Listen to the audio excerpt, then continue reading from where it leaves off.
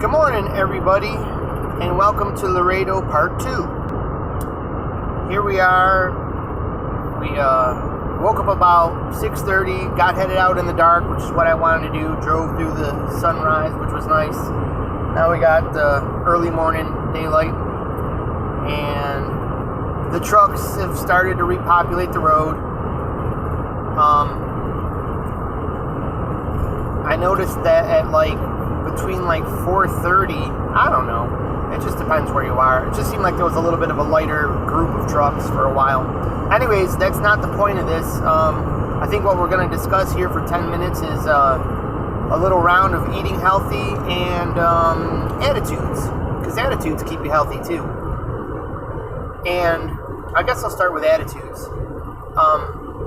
My attitude this morning is somewhat improved, although I did not feel like I got great sleep, but it was good to catch some of some kind.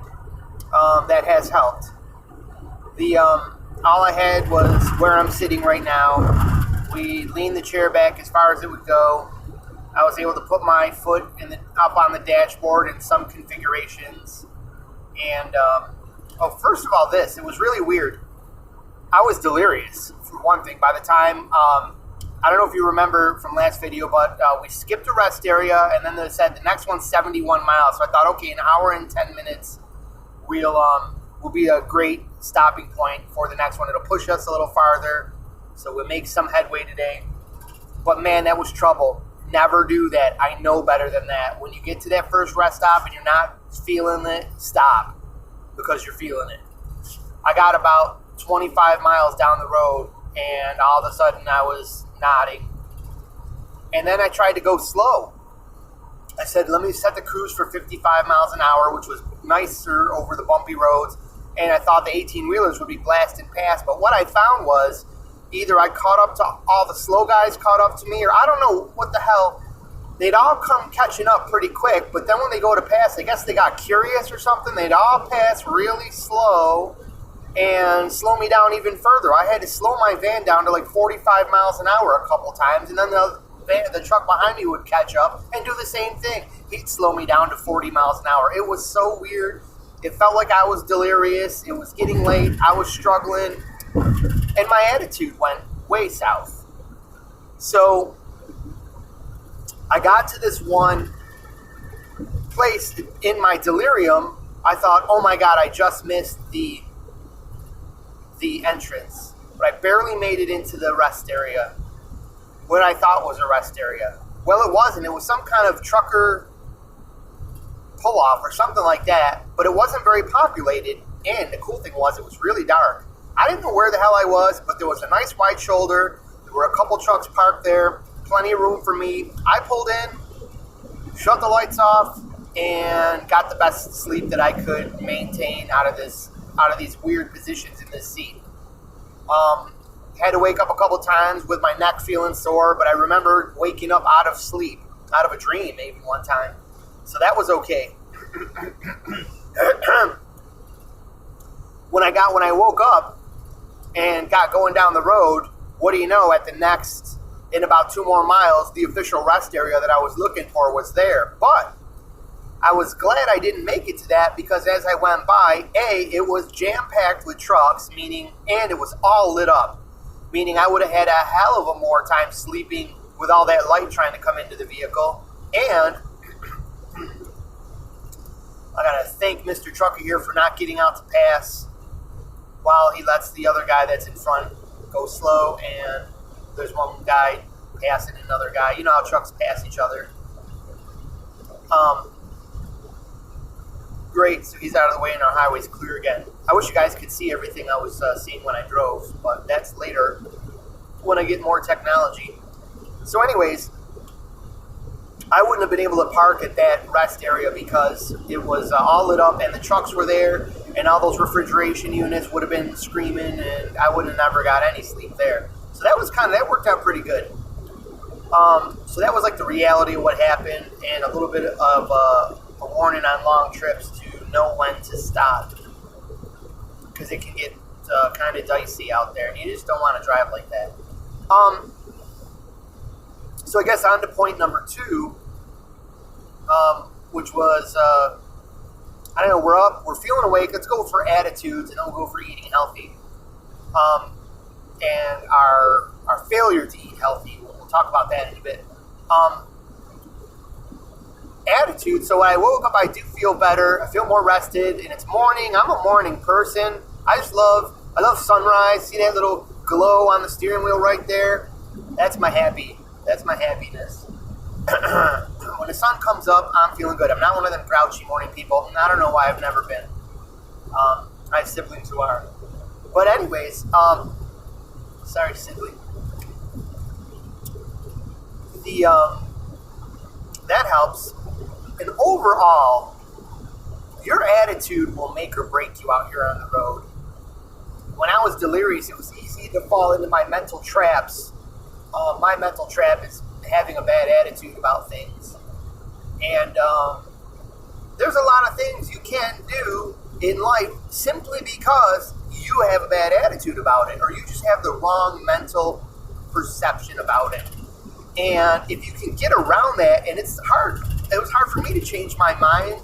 I've learned to change my mind on things when my mind is like, no, I want to be fucking pissed about this and bitch and grumble about someone else and feel like blame here and blame there, and this person did this, and put everything external while I keep that's when you're self-centered, by the way, is what I think. You're keeping your inward eye on yourself. Your self-image is like, you're keeping that clean while you point the blame outwards. That's just not the way to be. Your attitude is wrong. And when I got hired for this job, there's another guy who's already gone, and he's in big trouble because he signed a contract that said, hey, look, you got to do this at least 2 weeks or you owe us all this money. And right off the bat, his thought was, like, this is slavery. He didn't research what he was getting into, so of course it overwhelmed him. And when it overwhelmed him, he couldn't get over his own negative perception of the gig. He broke down. It overcame him and it controlled him, and he left unhappy, searching for a ride home, uncertain about his future, bad feelings toward the boss, just a place you wouldn't want to be. I was not going to let that happen. I knew about all that could happen, so I was sidestepping all that, and I knew my past jobs have served me well. 7 years of driving instruction and dealing with multiple personalities over the day really shaped my ability to overcome my own negative perceptions about things and learn how important it was to keep a positive focus and a positive nature in my behavior. So, because think about it, once you feel, there's been things in your life that, something that you did that you look back and it wasn't the thing to do. Well, why did you do it? Well, before you did it, you were like, yeah, but you had a positive attitude toward it, so you did it. Even though you maybe knew better, you were able to suppress feelings about not doing something, or you were able to control yourself. You can do that in any situation, but you just got to be mindful of, keeping your mind on a good path and knowing what's good for you and what isn't for you. What's good for you, making money and keeping yourself busy and helping other people. Helping other people is the best thing. So, in my lines of work, I helped other people. I help, even though I felt negative, I wanted to quit at times, I could keep going because I'm helping other people, and I could keep my mind on that, and that I was making money doing it. Even at times when it wasn't a lot of money and the bosses were not so favorable. Especially previous bosses who always had a negative, self-involved attitude, which I'm not blaming them.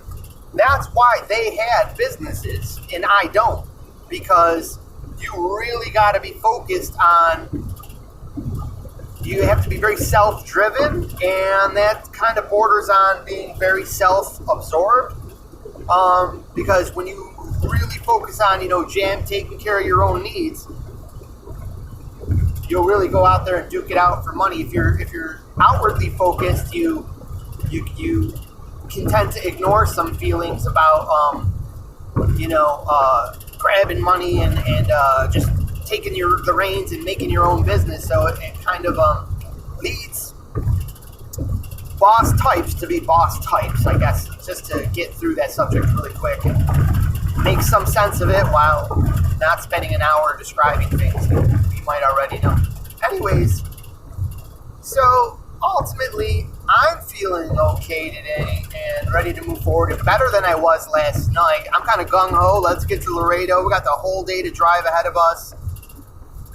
Ready to duke out any unfavorable traffic conditions, like unfortunate, maybe there might be there's an easy chance there could be some stoppages up ahead, but instead of getting to them by surprise and being pissed off that I can't move, I'm ready to stop.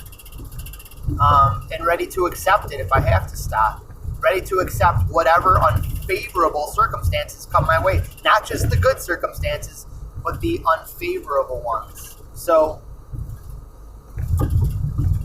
that really helps. Having a good attitude can overcome a lot of things, because you can't just rely on life to help you overcome things, because life is going to deal you cards, especially if you start trying to practice what I'm preaching right now. Life tends to go, oh, look, a smart guy here. This guy thinks he's got a handle on all the favorable. Let's test him out and see what he's got. Life will test you. The more you think that you become a Zen master, you're gonna get tested. That's a thing. Here, I'll give you a little side tip. I get a lot of this from my readings into Buddhism and in the Zen way, but what my own personal takeaway has been, the more you think like, oh, enlightenment, I'm getting enlightenment, and the more you even really feel that, or you the more you get tested, and the more life's like, oh, you how about this? Let's see if you're a real Zen master, and you get tested. I got tests coming up. But the more you keep your attitude focused on the fact that life is, just because you practice enlightenment or you yoga or you meditate to clear your mind, doesn't mean you eliminate the problems going forward. That is key to anyone who practices any kind of self-help meditation type of thing. Not medication. Meditation or anything like that. No, life doesn't change. Life actually, sometimes you get, either life gets, maybe it isn't more severe, but you just get more clearly oriented to what the problems are, and sometimes that can trip you up. You can fall back into getting more negative, say, like, why the hell? Why are all these people coming out against me? Why are all these trucks? Why are all these bosses? Why all this problem? Okay, so you know about my spiel on behavior now. Diet and eating healthy on the road. I've noticed that, first of all, on this trip, when you got to go down the road on these long trips, you don't got time to stop at Whole Foods. And you'll run out of your Whole Foods $50 thing in 3 days. And your Wegmans and whatever the hell else, your Kroger's, your Publix, wherever the hell else you go, your Aldi's to get your whatever you think is healthy. Like, I can't just go to a store and pick up a thing of cheese, because I don't eat cheese. But if I'm at a Walmart, or if I might get some of that, whatever, non-dairy cheese that's somewhat okay, but it's still a processed food. It's not that great for you, but it can spice up your, whatever meal you're eating and help keep you healthy, because it'll help you eat more veggies. So, $2.45. I just paid 10 cents 2 months, but I went to Love's. It was worth the extra 10 cents, I think. Anyways, I think that was the one that my GPS wanted me to stop at, but we found a Love's that wasn't on, this, sorry, a little tangent here, but this Google Maps doesn't always tell you doesn't find every Love's out there. So sometimes it's just okay to just sit and wait to see what you find. So anyways, I noticed that one, I've been craving more junk food. All I got time for, this is what I was saying, all I've got time for is to stop at truck stops now on this trip. So eating truck stops food, you better stop at Love's. They've got a slightly healthier selection, especially when they got that fresh food bar. But notice this, every single thing in that store has got cheap ass fucking oil in it. And that's canola oil. That's the cheap ass oil. With a bullshit claim about it being heart healthy, and that's bullshit. So there's no heart healthy oil. You don't need oil. You do need fats in your diet, and you can get that from plants like avocados is where I get my fats from, or almond butter sometimes, but there's a lot of saturated fat in nut butters, so you got to be careful there. Anyways, you're trying to avoid the saturated fat, you're trying to avoid cholesterol and trans fats, of course. So I noticed that, and I think this also occurs with the non-dairy cheese. I've seen some of the ingredients. In half a mile, keep left at the fork to continue on I-57. Follow signs for I-57 South, Memphis. All right, we got a new highway south. That's a good sign. They have maltodextrin in them, and I think those are chemicals that hook you into buying more of their products. Keep left at the fork to continue on I-57. Because some don't have that. So why don't some need it and some do? Because some of the companies are like, well, we need to keep fucking selling this shit to make money. Because the price point's high and nobody buys it, and stores don't want it because it's rotting on their shelves. So, and they make a loss. So we need to hook people, and they'll hook you with junk food hooks. That's my take. I have no science to back that up, but that's what the evils of capitalism and money say. Alright, I guess we're not going to get behind that 18-wheeler here. I think the left lane is going to start moving here. 69 miles an hour. So, I've been wondering why I've been kind of craving junk food too. Like, so I get to these truck stops and I'm like, maybe I'll just sneak something salty. And I noticed that, first it was, one bag, I'll work it off at the gym, 2 bags, 3 bags. I'm in enough bags of crap right now that I'm, nickel and diming myself, and I'm nickel and diming my gut, because I ain't going to work this off in 2 visits to Planet Fitness now. I'd love to see the 10 pounds I probably fucking gained just in the 2 weeks I've worked here. So, craving junk food, not very good. There was this omega-3, which is what you want, not omega-6. You want this nut bag claimed omega-3, so I grabbed that. It's got a mixture of, doesn't have a lot of processed ingredients, but it has some, but it's got nuts and nettleberry, cranberry, whatever the hell's in it. And, oh great, so now this guy shot up around 80. Now I gotta go over 80 to get past him, because I ended up getting past him, and I got traffic that wants to go behind me, so what we'll do is get ahead of him, move over, let Mr. Faster Than 80 pass us, and he can be the ticket bait while I maybe ease back into a more reasonable speed here. We're going to set the cruise control just so we don't get hooked up into anything too outrageous here. Let's get above, oh Lord, 79, 80, it's a 70 mile an hour zone. This guy wants to go about 80 something. Oh, he's from Maryland. That's a New York Northeast type of driver. Always driving 10 over. Yeah, they don't tolerate that much in the South. While I'm dragging over 20 minutes here, which is what I don't want to do, and I still want to continue my thought process on the healthy foods, but here's my tangent. I'll go off on my tangent because it's quick and I'll forget it. Northern states versus southern states and speed limits. A lot of people don't know this, and I know this from teaching a safety course because I had to do a lot of research to get these things I said right in front of a group of people. And in my research, I found that there is a northern U.S. approach to speed limits and a southern U.S. approach to speed limits. In the northern part of the United States, especially in the heavy snowbelt regions, speed limits are obviously set slower, and there's more leeway, and that's where the people get that, you just go 10 over, 5 over type of where there's no real 10 over, 5 over rule anywhere. Just police like the leeway to pull anybody over because everybody's speeding. And, when conditions are right, maybe it is safer to go above the limit. So there's some, like, it's called a presumed speed limit state, if you want the lawyer's term for it.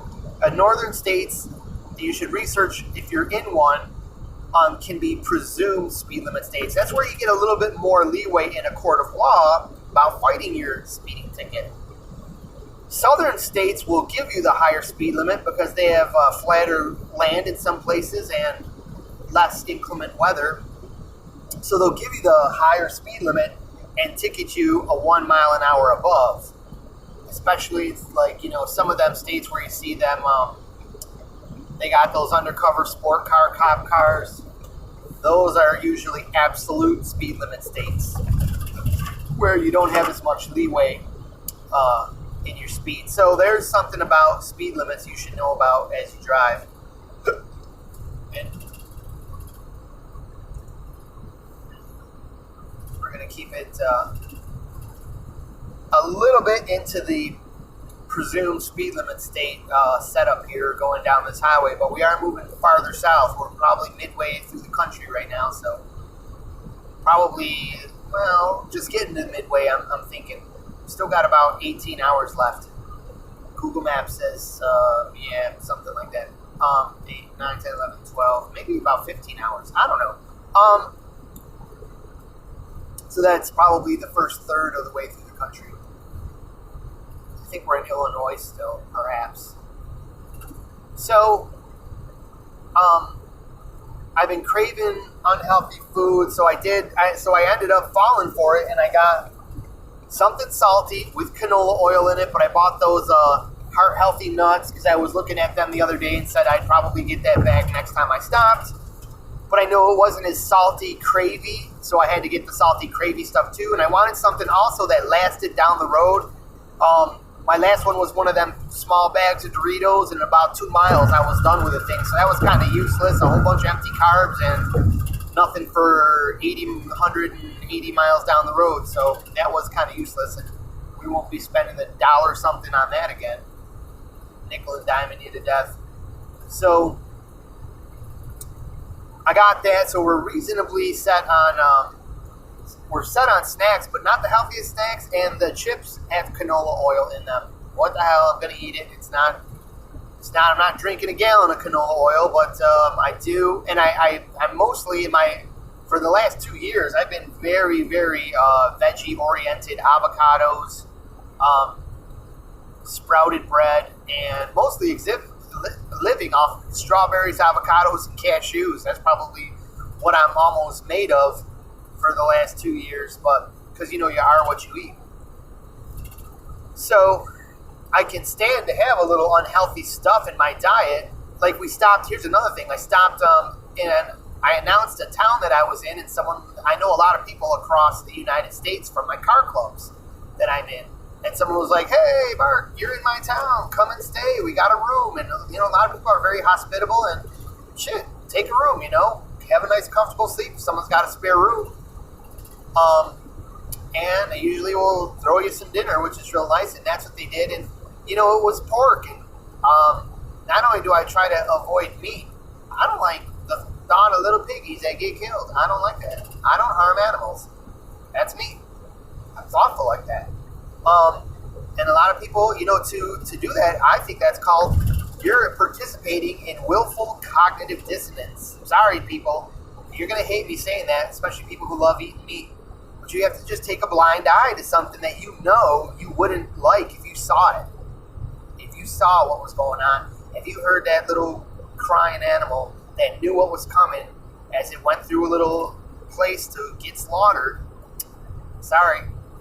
People don't like to hear that. I turn a lot of people off of my videos when I talk like that. So let's move on. I ate it though. They had some, I ate it. But you know why I'll do that? Being what I call myself a vegan. Is one of them vegans? Let's unsubscribe from this jerk. He's a vegan. He's probably a devil worshipping vegan jerk. So Um,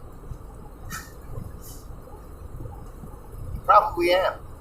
No, I'm probably not. But anyways, eating healthy. So because I usually do that, then I can enjoy and not complain to someone or say, no, I'd rather not eat that. You know, if someone's you're welcomed into their house, eat their food, you know, be cool. So I did that, and I just didn't overconsume it. I had enough to fill me up, and it was delicious. You know, I gotta say that's why people eat that stuff, because it tastes good. But actually, let me just spend another 2 minutes. What tasted good was actually, here's what the animal fat that you're eating, which is fat your body craves. You have 3 cravings. Remember this. This is why you don't want to eat healthy, and why people have trouble eating healthy, and why they have their confusion over what is healthy. Because you crave 3 things that are readily available all over. So it keeps you just scavenging and munching food everywhere and overeating. Because there's a readily available amounts of salt, fat, and sugar. You crave salt, fat, and sugar. How to go healthy with salt, fat, and sugar is get your fats from, like I said, sparingly almond butters or nut butters, or, hey, look, I got a blind spot rider. This is what I do. I fucking jam the brakes on and get your ass fucking out of my goddamn blind spot. Because I got a truck coming up, and this is what the people do. They sit there riding you so you can't pass. Or they're just wasted, or whatever the fuck they are. I don't know. Anyway, sorry. Get your fats from avocados or whatever else you can find that's reasonably healthy. And there's not a lot of healthy fats in oil.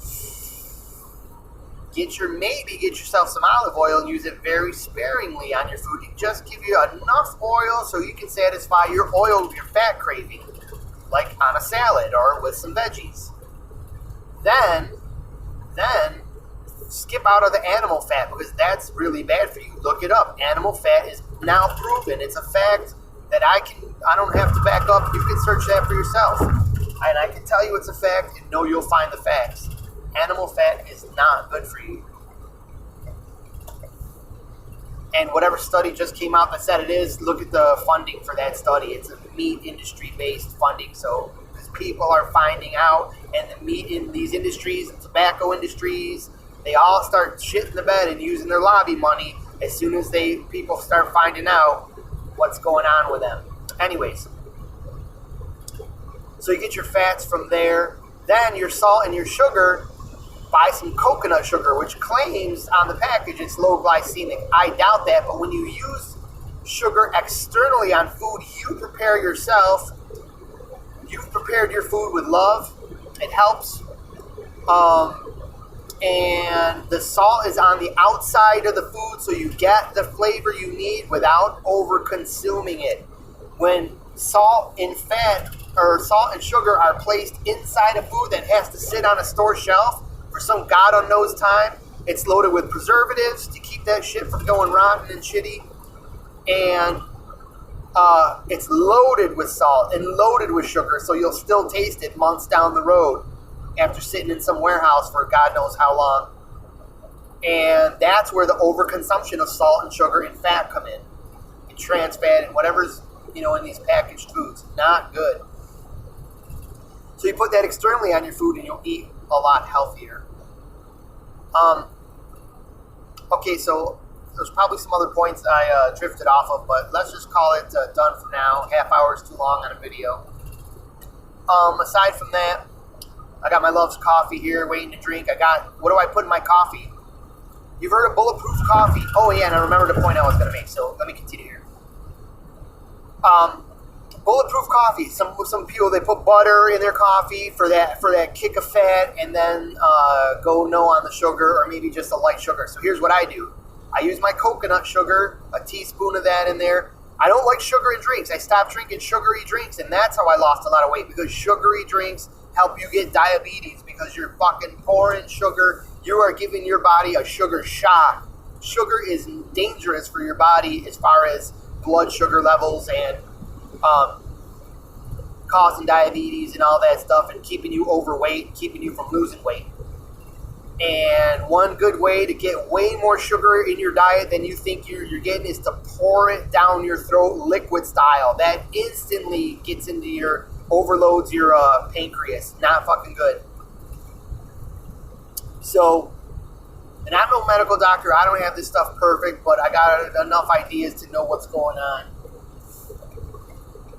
So you don't pour sugar down your throat. So you got to go kind of a little bit. The only sugar I'm pouring down my throat is in these coffees, which have an added benefit of keeping me alert and awake and getting down the road here. So, and I just have to have my coffee a little sweet. I have to have it like that. So I do some sparing as much as I can spare. Sometimes that teaspoon's a little heaping more than I think it should be. You know how we get. And for butter, I don't use dairy anymore, and so I don't want to put any dairy fat in my coffee. And I realized one day I was looking, well, here's an almond butter. What the hell happens if we put this in coffee? Guess what? I put it in there. It didn't emulsify like the butter did, and that's why probably people just go for butter. But it will if you shake it around a whole shit ton and put it in a little glass jar with a good lid so you can give it a good shake. And that thing, it turns into like a freaking espresso or whatever you call it, a cappuccino or not that, a latte. That's what I'm looking for. It gets all frothy at the top. You get this almond butter taste, or maybe even a cashew butter you can put in there. That's a little heavier on the saturated fat, but it's what I've been using lately. You get that in there. It tastes great. You got your bulletproof coffee thing satisfied, and yeah, really good. It helps keep me satisfied. I don't find myself eating as much because you got some fat intake that I think helps your cravings a little bit. No guarantee there. My final thing, the point I wanted to make on eating meat was this. I remembered this was one of the points I was going to go to about salt, fat, and sugar. If you take a piece of meat and you took all the salt out of there, and you took all the animal fat out of there, how do you think that meat would taste? Guess what? Not very good. About as plain and somewhat unedible as a vegetable that you feel is like a little too plain or a little too boring to eat. How about you ate that meat raw without cooking it at all? Would you eat it? Hell no, you wouldn't. I don't even think you could, right? How about a raw vegetable? Could you eat that? Hell yeah. Is that going to be good for you? It's the best fucking thing you can eat, right? It's got fiber. Meat don't got no fiber. And for all those people that, oh, it's got the B3 in it. Guess where the meat got that B3? Because that meat ate plants when it was alive. Right? That is where the B3 came from. It doesn't naturally grow in that. Oh, we got some flashing headlights again. Thanks, brother, for the warning.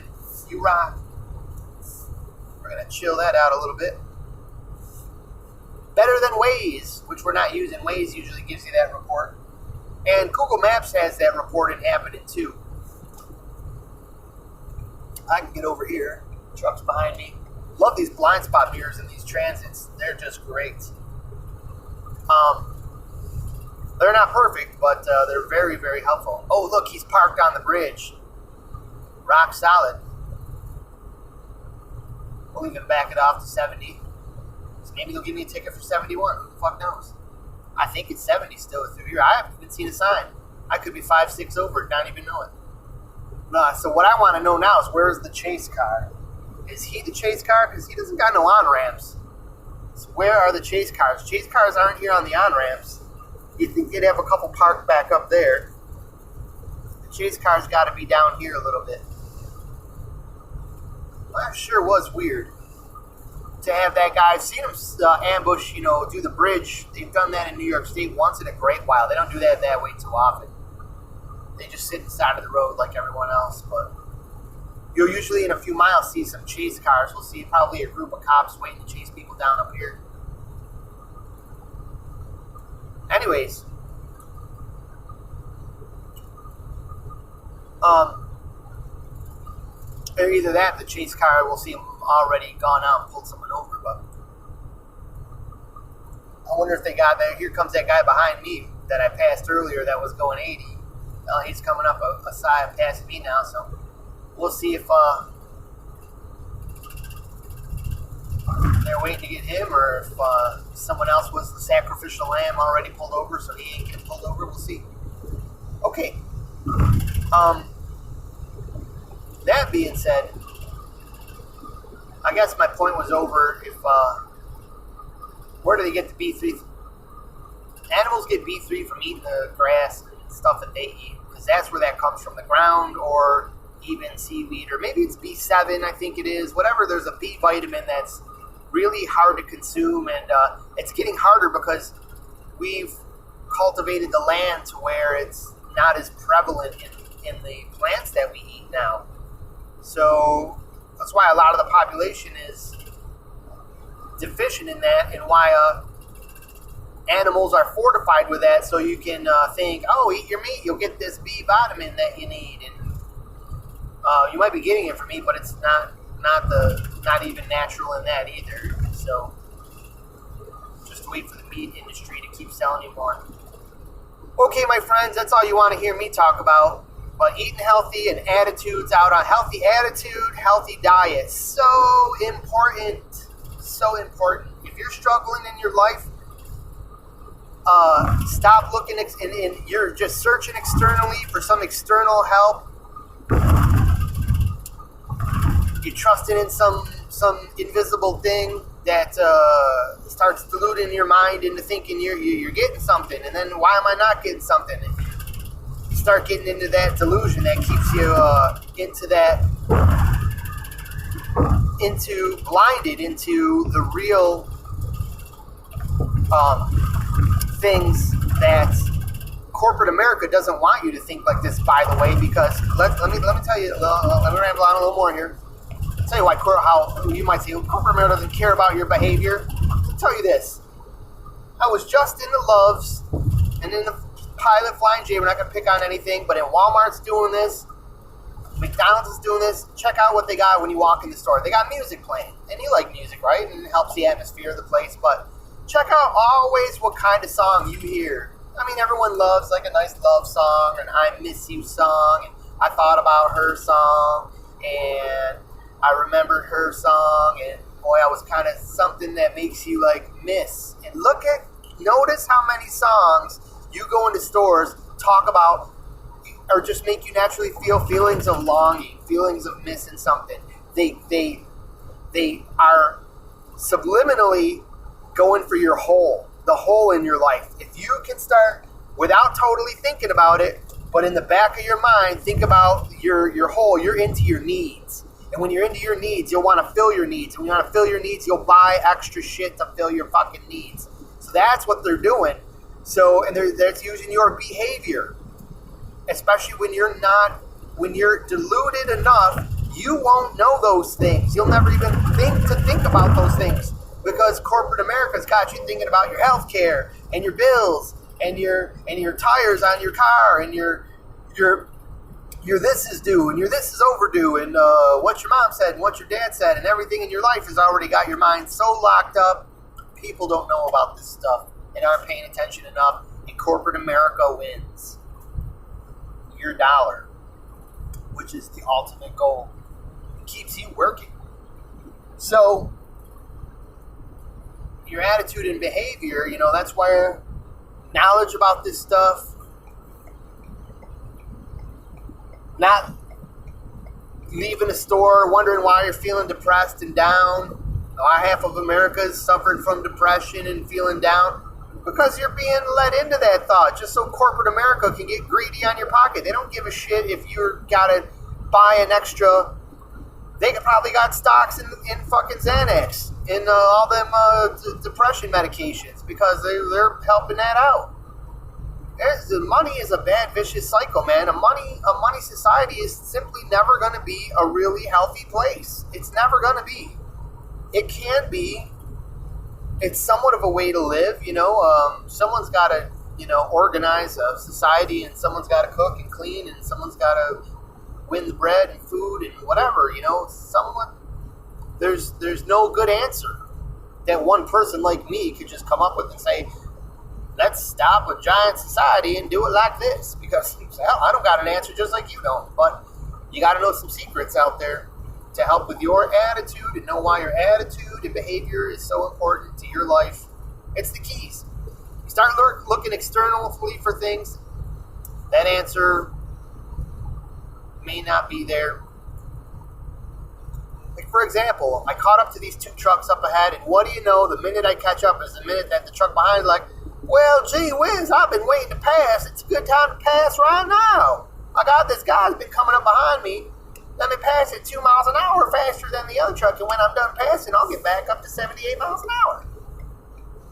So that's an external event that you can get, bummed about over. Like right now, they're side by side, and I got to slow my ass down and take one for the team. But I don't care about that. That happens every 5 minutes down the road.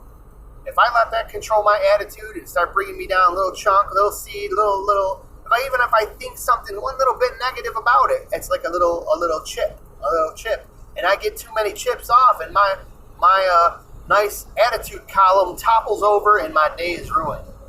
So I'm aware that might happen, and I just let whatever be whatever. For all I know, that guy just helped me save me from a speeding ticket for some radar cop, or helped me from hitting an animal or something like that. Things work out, and you can't worry, let yourself get chipped away with little attitude chips. Got to know about those too. So once again, here's this guy going 76, 75 miles an hour. Lord have mercy. Okay, and eating will help you also. Healthy eating, I think, makes you feel good. And when you feel good, your attitude is you're feeling good. It helps your attitude. Both eating healthy and having a healthy attitude help you out in a big, big way. And when you stop relying on external forces like, oh, please, invisible man in the sky, help my day. Oh, you blessed me. Oh, why haven't you blessed me? Oh, what? It must be mysterious. I don't know. You're not in control of you are releasing control of your behavior. You're not taking responsibility for your own actions and what the outcomes of your life.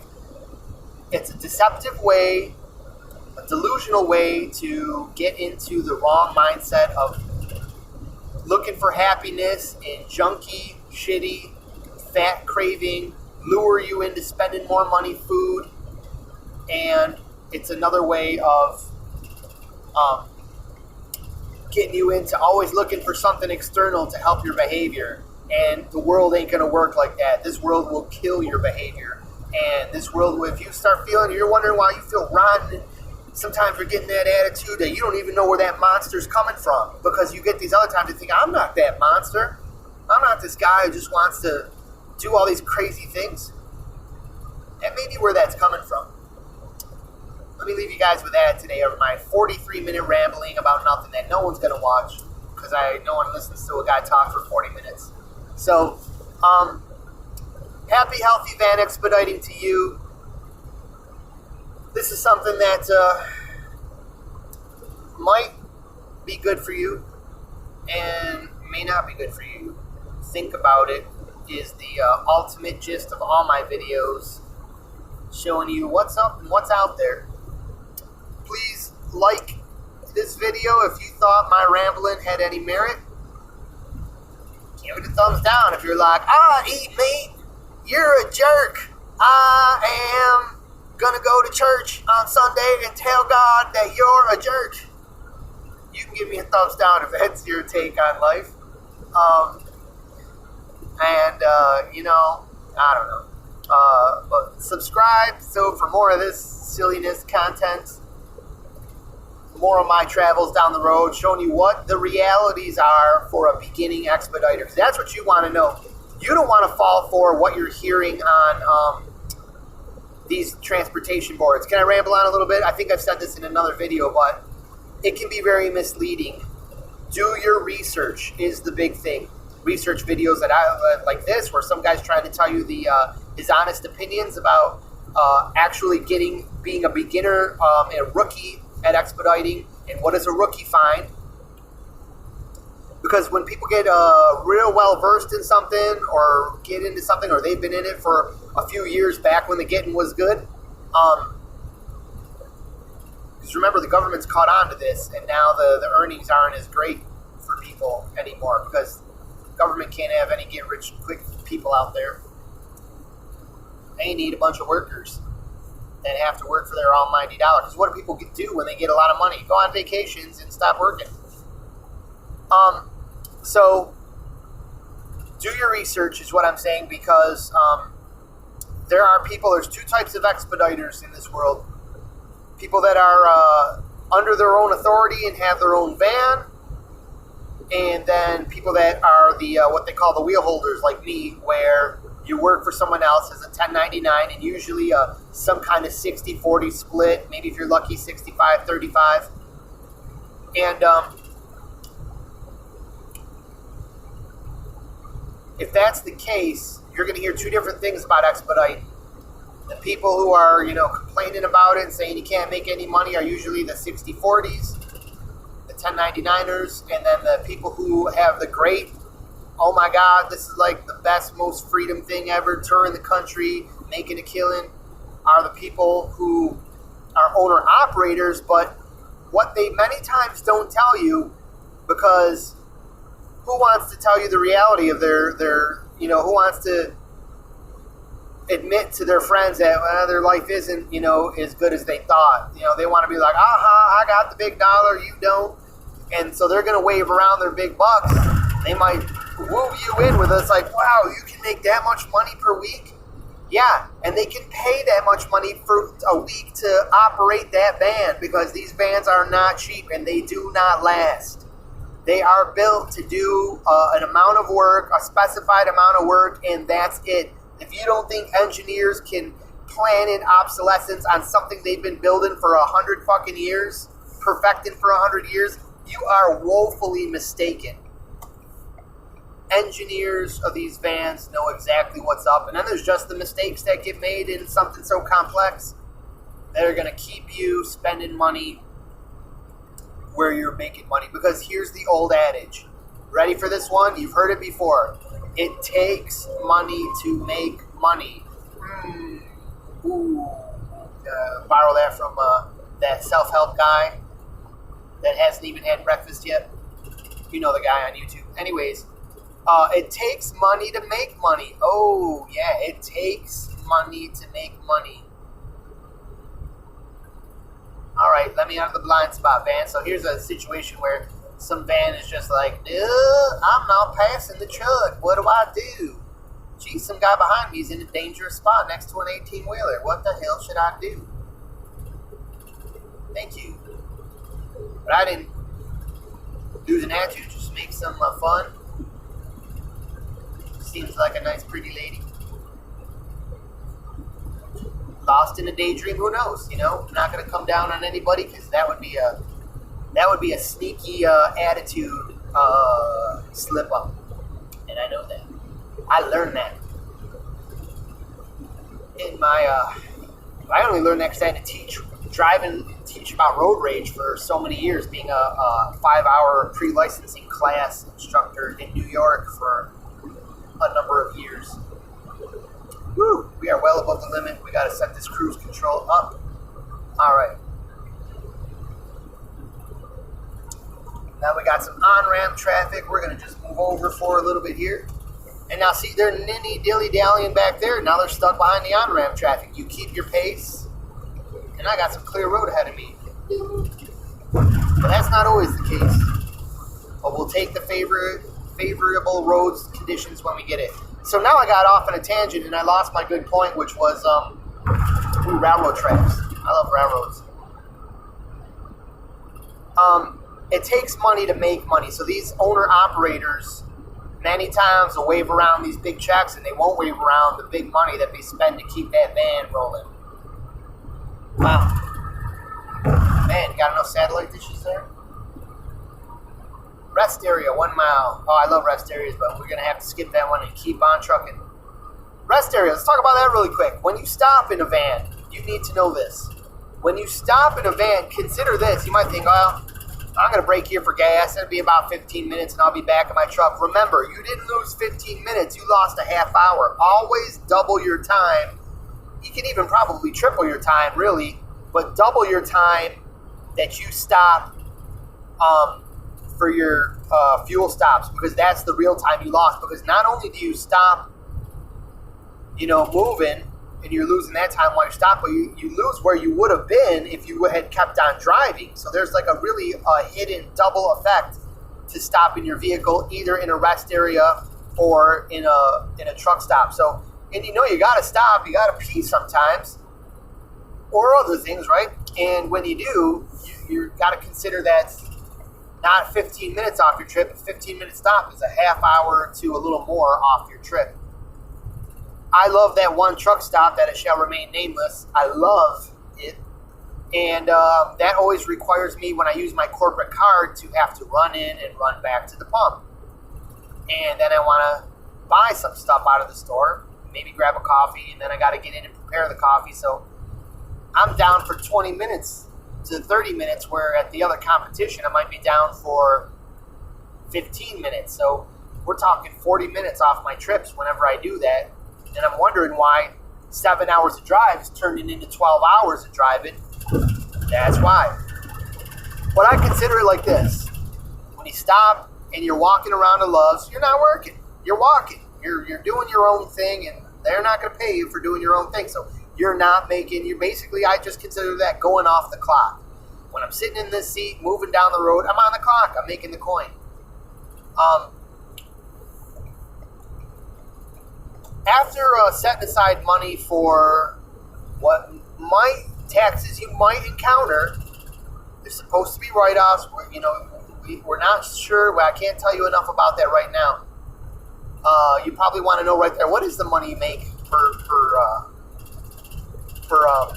per mile? Let me tell you that. But first of all, I'll wrap it up with that. So the owner-operators don't get wooed into their big bucks. They almost make just as much.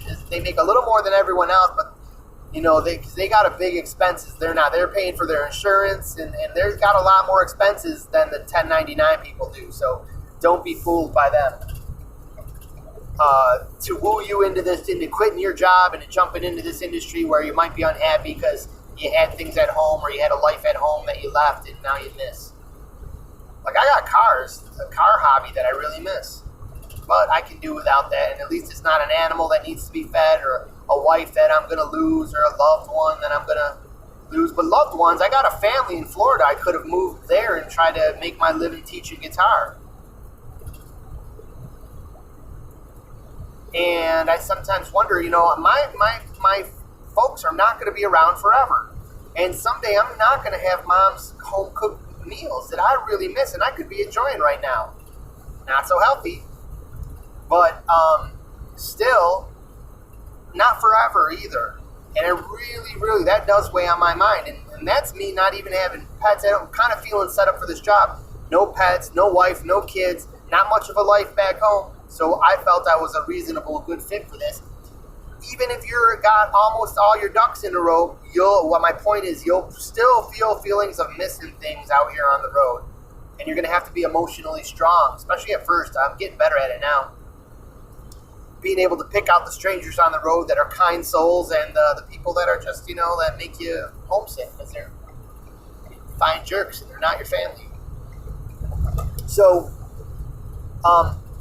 owner-operators, don't get wooed in by them, and then you're 1099, you're not going to make that much. So what is my hourly calculation? Drum roll, please. What you're really waiting for me to say is, and by most calculations, I'm going to give you a number first, but that's not necessarily the exact total number, and it's going to sound reasonably good. You're probably not making about $20 an hour in your pocket for what you do. And you're thinking, man, sitting around holding a steering wheel, not have to work in this bust ass in this factory, not have to lug around all these carpentry tools and listen to this boss tell me my cut sucked, and how do I know about that one?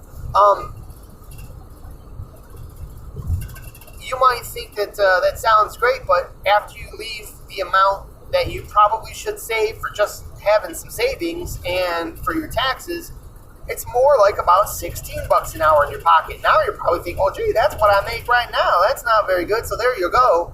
You probably won't be making much more than you're making right now. Now, keep this in mind though, I can be a little bit happy with a 16 bucks an hour. The same amount that I was making at my construction job in New York, but at that job I had taxes automatically deducted, the state, the Medicare, whatever, deducted from the paycheck, meaning I only always brought home 12 an hour. The bosses would only look at it like, no, that's 16 an hour. I'm paying you this, and I got to double up your Medicare, and I got to foot the bill, and blah, blah, blah, blah, blah.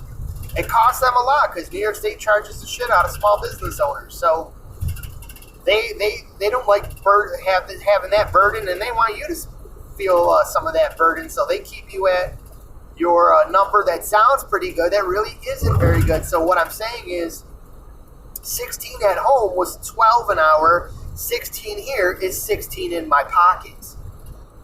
So that's not a whole lot more for being away from home for a month at a time and worrying about, things that are going bad. Is someone going to break into my apartment while I'm gone?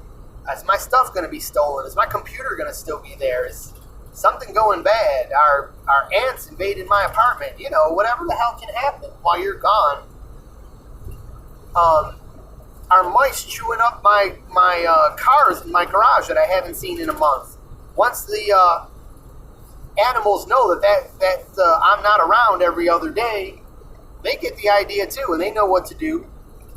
And my stuff could get anything could go wrong with my cars, and that would be a big disappointment.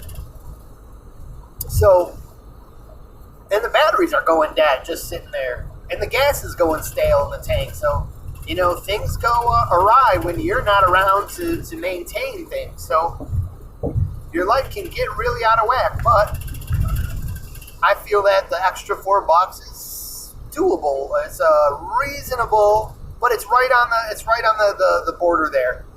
If it was $2 an hour more, I probably would start thinking about doing something else besides this. But at $4, it's right on the cusp, and that's where they got you right now. They're going to give you just enough to keep you here, but try to keep everything to make a.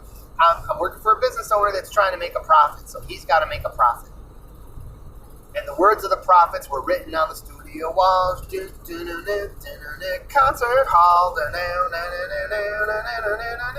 All right, we still got some nice, beautiful morning traffic here. We got, we didn't see any cops from that speed trap, but here's one up ahead here. We're going to observe the move over law. Check our blind spot, move over, and stop this video at exactly 60 minutes. So we'll see you guys later. Hopefully this doesn't take all day to upload, and it probably will, but have a great one, and we will talk to you soon. Thanks for watching Healthy Van Expediting. Hopefully your travels are healthy, safe, and fun. Like and subscribe. Click the notifications, and we'll catch you on the next video.